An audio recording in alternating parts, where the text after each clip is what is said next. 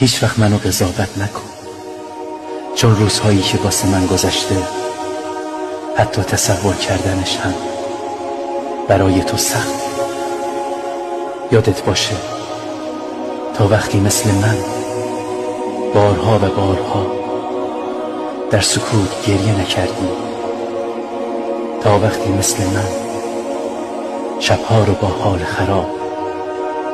سپری نکردی، تا وقتی جای من زندگی نکردی، منو قضاوت نکن، چون قضاوت فقط کار خداست،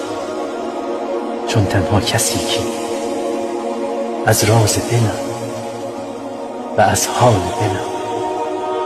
خبر داره فقط خداست.